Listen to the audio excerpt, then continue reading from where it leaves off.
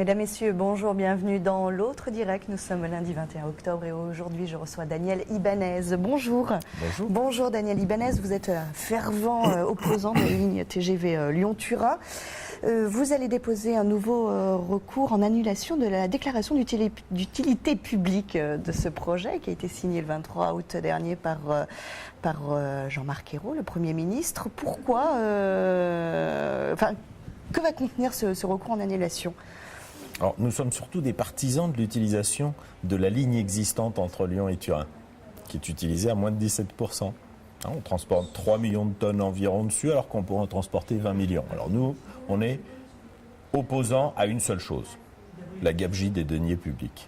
Vous voyez, 30 milliards pour rien, c'est ça, on c'est est surtout pas le pour. coût, qui vous... Le coût, bien d'autres choses, un projet un peu l'impact ancien. environnemental, effectivement. Alors, effectivement, ce que nous avons dit quand nous avons appris le 25 août que Jean-Marc Ayrault avait signé cette déclaration d'utilité publique, c'est le Premier ministre n'a pas pu signer un tel document, un tel décret engageant la France en connaissant tous les éléments de ce dossier. Il y a de telles irrégularités, d'une telle gravité, qu'on ne peut pas imaginer qu'il en ait connaissance. Alors que faisons-nous aujourd'hui ? Nous allons lui donner ces éléments, la preuve de ces irrégularités.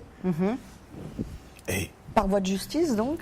Non, directement, à M. Ayrault, on va le faire un recours, on va lui demander de retirer sa décision, son décret d'utilité publique, parce que à la lecture des informations que nous allons lui donner, à la lecture des irrégularités et de leur gravité, je pense que le bon sens va être de dire, en effet, je n'avais pas toutes les informations et je retire cette décision. Vous pensez que... Alors justement, c'est quoi ces principaux éléments d'irrégularité selon vous ? Alors la principale irrégularité, c'est que toutes les prévisions à l'appui de ce projet sont fausses depuis 20 ans et encore en 2012. Vous voyez, alors il y a 20 ans par exemple, en 2002, oui. Même avant. En 1993, on nous annonçait que le tunnel du Fréjus, le tunnel du Mont-Blanc, la ligne du Mont-Cenis ferroviaire seraient saturés en 2010. Ce qui n'est pas le cas. Ah ben, on en est loin, puisqu'on a aujourd'hui des trafics entre la France et l'Italie qui sont inférieurs au niveau de 1987. Est-ce que finalement ce recours, c'est pas juste une procédure qui va permettre de ralentir, mais que de toute manière ce projet va se faire ? Non. Parce qu'il y a quand même des éléments. Le 3 décembre dernier, même si vous me dites, mais non, c'était pas quelque chose quand même, le sommet franco-italien. Le 3 décembre, une seule chose a été décidée. Une seule chose a été décidée. Le financement. Non, pas du tout. Le financement, avec 2,9 milliards pour l'Italie, 2,2 milliards ça a été pour la France. décidé en janvier 2012, pas le 3 décembre. Le 3 décembre, il a été décidé d'ouvrir à la circulation la deuxième galerie, qui devait être une galerie de sécurité uniquement pour les pompiers au Fréjus, de l'ouvrir à la circulation. Voilà ce qu'ont décidé les ministres, dans un souci environnemental, sans doute de doubler les possibilités de circulation en moyenne. C'est ça qu'ils ont décidé. Puis ils ont décidé aussi de baisser un petit peu les niveaux tarifaires des péages au tunnel pour les camions.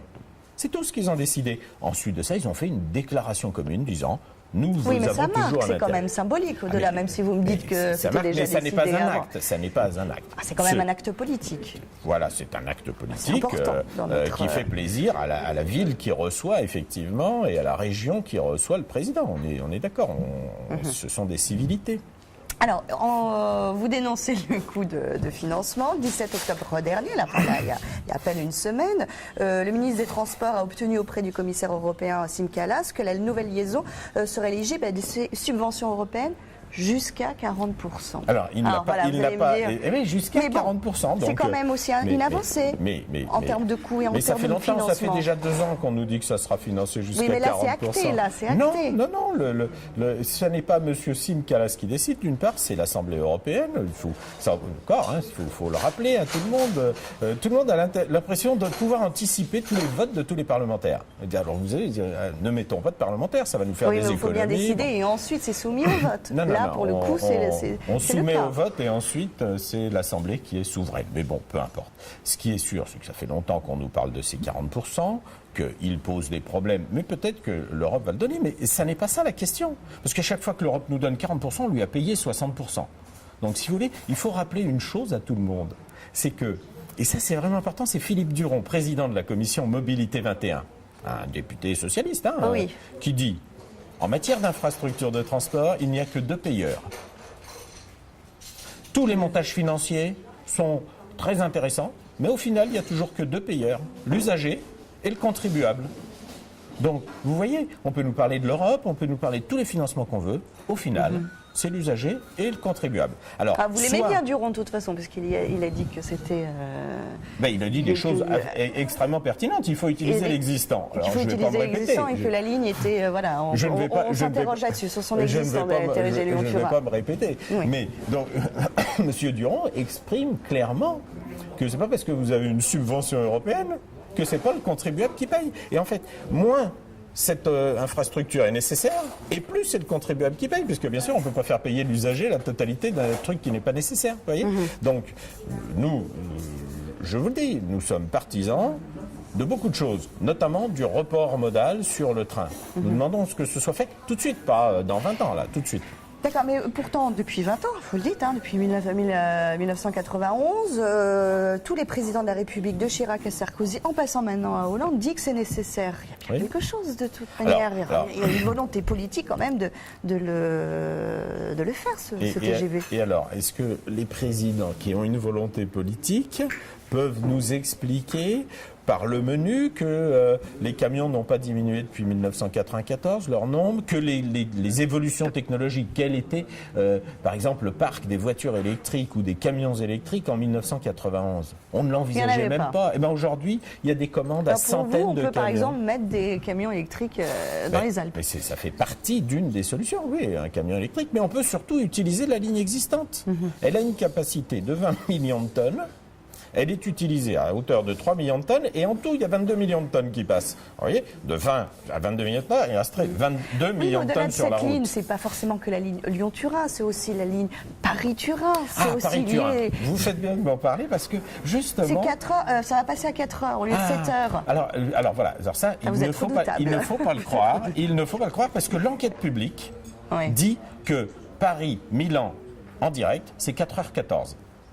Dire 14 minutes, c'est pas bien grave. Sauf que 4h14, vous n'êtes pas concurrentiel avec l'avion. Parce que quand vous prenez la totalité de votre voyage, c'est 5h40, avec le temps d'accès à la gare, le petit quart d'heure pour y aller, etc. Si vous prenez l'avion, vous avez 45 minutes pour aller à la gare, 1 heure d'attente, vous mettez 3h40 avec l'avion et 5h40 avec le train. Donc, si vous mais en termes de coût, c'est quand même plus cher de prendre l'avion que de prendre le train. Vous vous trompez, parce que c'est 260 € un aller-retour SNCF avec, pour Milan. Paris-Milan, 260 €, vous pouvez regarder sur Voyage SNCF. Vous regardez sur Alitalia ou Air France, c'est 190 €. Vous êtes sûr de ça? Vous voyez, nous avons même mis la pièce pour Monsieur le Premier ministre, parce qu'il ne doit pas savoir, c'est pas lui qui achète ses billets d'avion, je pense. Oui. Peut-être pas, j'en sais rien. Avant, il le faisait. Mais donc, nous avons ici, dans ce dossier de 170 pages, la totalité des éléments à l'épreuve, etc. Et donc, il y aura même les copies des sites Internet avec les billets à l'Italia Air France. Vous voyez, on est des gens très précis. Nous, c'est simple, c'est preuve à l'appui. Au lieu de faire des grands propos incantatoires, des grandes déclarations dogmatiques sur les qualités multiséculaires et géopolitiques d'une infrastructure, nous on dit, voilà, il y a une infrastructure qui fonctionne, elle est du 19e siècle, les Suisses aussi en ont une du 19e siècle, elle est montagneuse, les Suisses aussi, mais eux ils font 17 millions de tonnes et nous on en fait 4.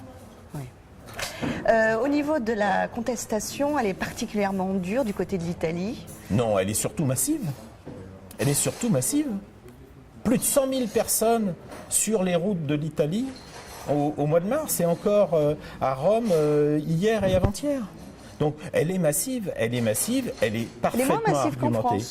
Elle est plus massive qu'en France, je veux dire. Oui, c'est ça. Elle est plus massive qu'en France, alors pour des raisons historiques, pour des raisons de tracé aussi. Parce qu'eux, ils sont sur 50 km, dans une vallée très encaissée. Et surtout, on leur a imposé ce dossier de manière frontale, juste au moment où on leur faisait passer des viaducs de partout d'autoroute. Et donc ça a mobilisé. Et aujourd'hui, pareil, en Italie, j'étais au Sénat il y a 2 mois de ça, au Sénat italien, reçu par une députée du Parti démocrate, parti au pouvoir, Madame Laura Puppato. Vous avez des députés, y compris du parti de M. Berlusconi, qui prennent des positions contre cette infrastructure. Parce qu'on ne peut pas dépenser 30 milliards d'euros. 26,1 milliards. 26, mais en valeur 2010. 26 en valeur 2010, donc avec l'actualisation, on est à 30 milliards. En tout cas, par la Cour des comptes. Mais Oui, mais on ne peut pas dépenser ces 30 milliards qui représentent la moitié de l'impôt sur le revenu en France. On ne peut pas dépenser ça si on n'est pas sûr que ça va servir. Pas aujourd'hui. La crise de 2008 est passée par là. Et c'est pour ça que nous disons... Et aussi les retombées économiques une fois qu'elle sera réalisée. Ça, alors, quelles sont-elles? On n'a pas le temps d'en prendre. On est déjà à 10 000 émissions. Quelles sont-elles? Vous allez me les dire. Vous allez me dire qu'il y en a zéro. Je ne sais pas, moi, vous avez des trains qui passent sur des rails, les retombées économiques, je les connais. C'est du déficit public supplémentaire sans intérêt général. Oui, ça, c'est sûr.